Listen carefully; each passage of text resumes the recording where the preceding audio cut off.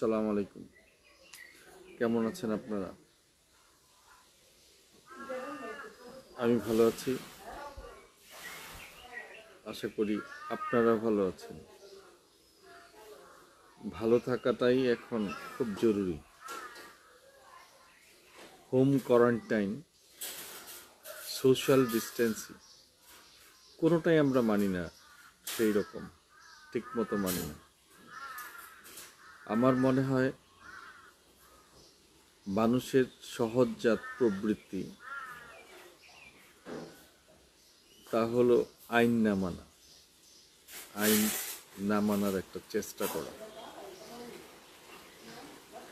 আমরা খেয়াল করি কখন পুলিশ আসবে, কখন আর্মি আসবে, যেই চলে গেল আবার সেই রকম। হাটে বাজারে পথে প্রান্তরে আমরা কেউ মানি না। এখন আমরা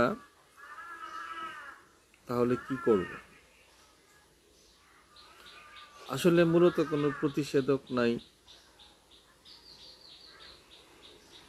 যতটুক নিজের সক্ষমতা, শারীরিক সুস্থতা, রোগ প্রতিরোধ ক্ষমতা বৃদ্ধি করা যায়, সেটার দিকে আমাদের নজর দিতে হবে। বন্ধুরা, আমি কয়েকদিন আপনাদের সাথে কথা বলেছি।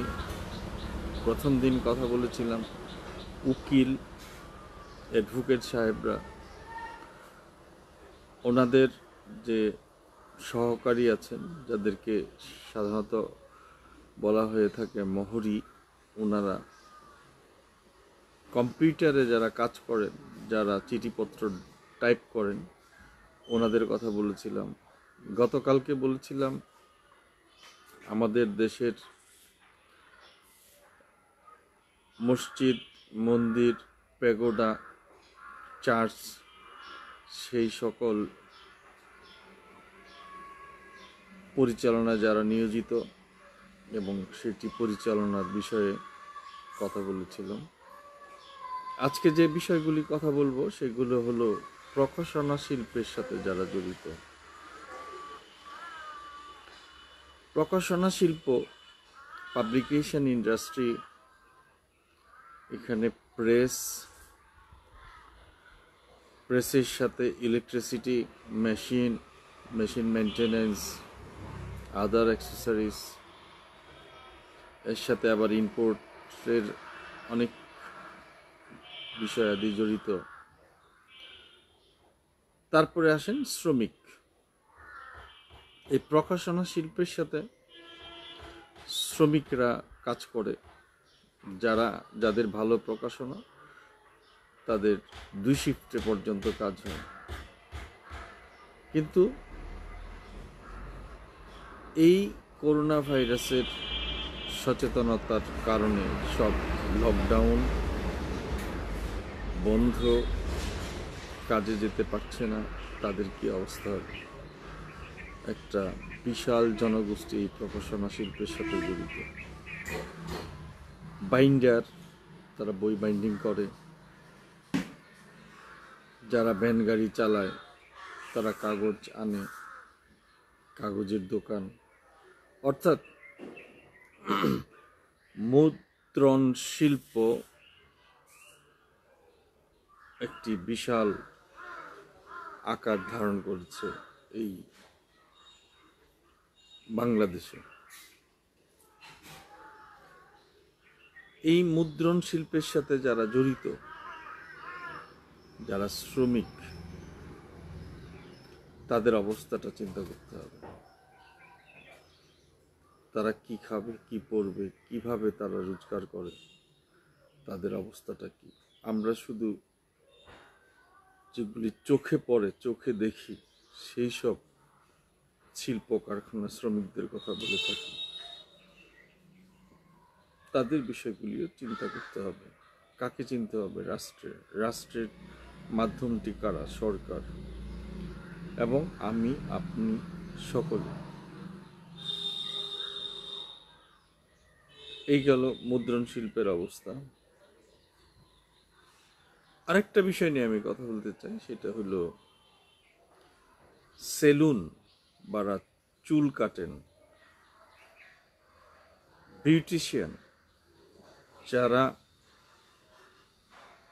সাজগোজের জন্য বিয়ে শাদী জন্মদিন উৎসবে মেয়েদের সাজগোজ করায়, চুল কাটে, ফেসিয়াল করে, একটা বিশাল জনগোষ্ঠী। এখন উঠতি অর্থনীতির দেশে এই শিল্পগুলি আগে ছিল না। এই কাজগুলি, এই ব্যবসাগুলি, এই প্রতিষ্ঠানগুলি এখন এসেছে, প্রাতিষ্ঠানিক রূপ পেয়েছে। তারা কিন্তু লাইনে দাঁড়াতে পারবে না, তারা রিলিফ আনতে পারবে না, কোথাও যেতে পারবে না। তাদের কথা ভাবতে হবে। সামাজিকভাবে এই সেলুন, যারা চুল কাটেন, যাদেরকে আমরা নরসুন্দর বলি, তারা, যারা বিউটিশিয়ান, বিউটি পার্লারে যারা কাজ করেন, বিশেষ করে আমাদের নেত্রকোনা অঞ্চলের অনেক গারো মেয়েরা এই শিল্পের সাথে জড়িত। এই মেয়েরা আজকে বেকার, তাদের অর্থ তারা বাড়িতে পাঠায়, তারা নিজেরা চলে এবং সৎভাবে তারা উপার্জন করে। তাদের অবস্থাটুকু বিবেচনা করতে হবে, বিবেচনায় আনতে হবে। কে আনবে? সর্বোপরি রাষ্ট্র। রাষ্ট্রের কর্তাকর্তা যারা, রাষ্ট্র যারা পরিচালনা করেন, যাদের দায়িত্ব সরকার এবং আমরা সকলেই। আমরা কি করতে পারবো জানি না, ভাবতে তো পারবো, চিন্তা তো করতে পারবো। তাদের কথা ভাবা উচিত, বলা উচিত।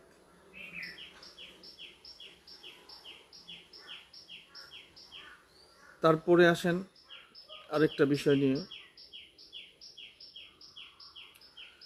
চলচ্চিত্রের যে সকল কুশলী আছেন, শিল্পী আছেন,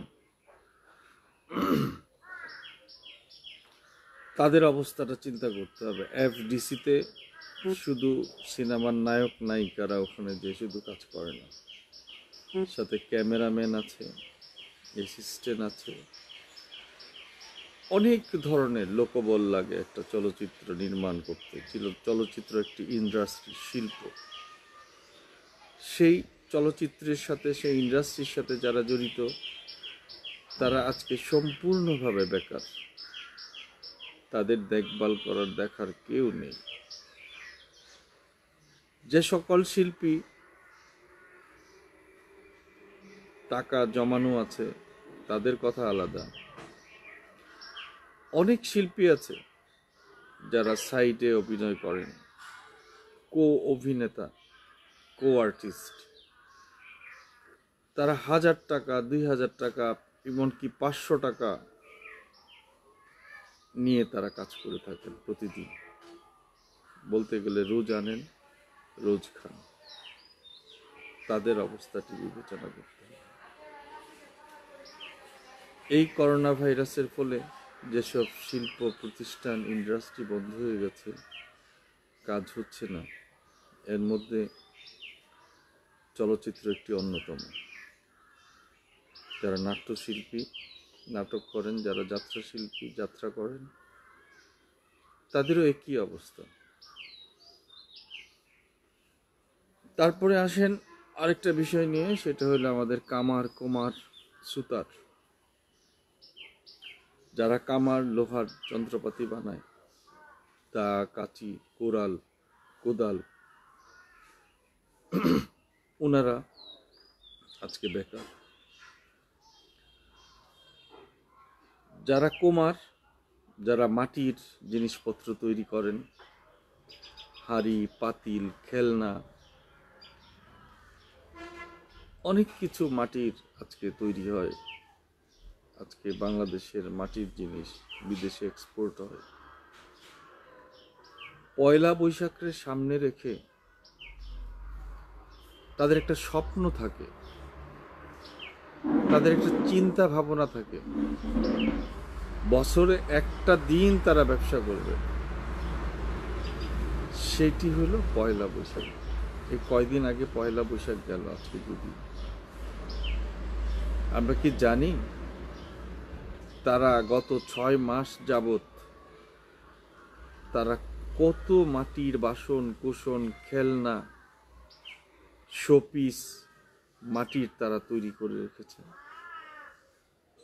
যাদের বাড়িতে যারা এই কুটির শিল্পটি, একেবারেই ক্ষুদ্র কুটির শিল্প,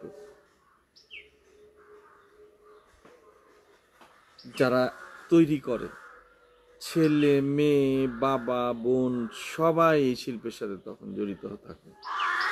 তারা মাটি সংগ্রহ করে দূর থেকে, সব মাটি দিয়ে হয় না, বিশেষ জায়গা থেকে মাটি সংগ্রহ করে আনতে হয়। সেই মাটি বিশেষ প্রক্রিয়া করে রাখতে হয়।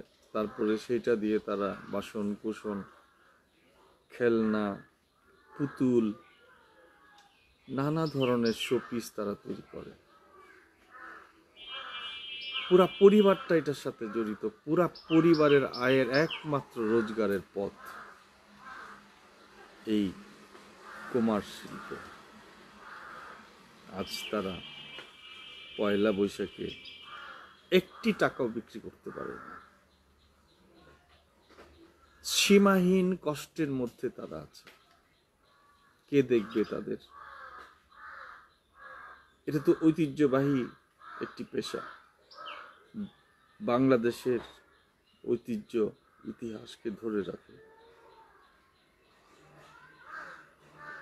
আজকে অনন্তহীন দুঃখে তারা, কোথাও মেলা হয়নি, কোথাও বিক্রি হয়নি, ঘরে পড়ে আছে জিনিসপত্র। দুমুঠো খাবার, ভাত জোগাড় করার তাদের ব্যবস্থা নেই। কে নিবে এই খবর?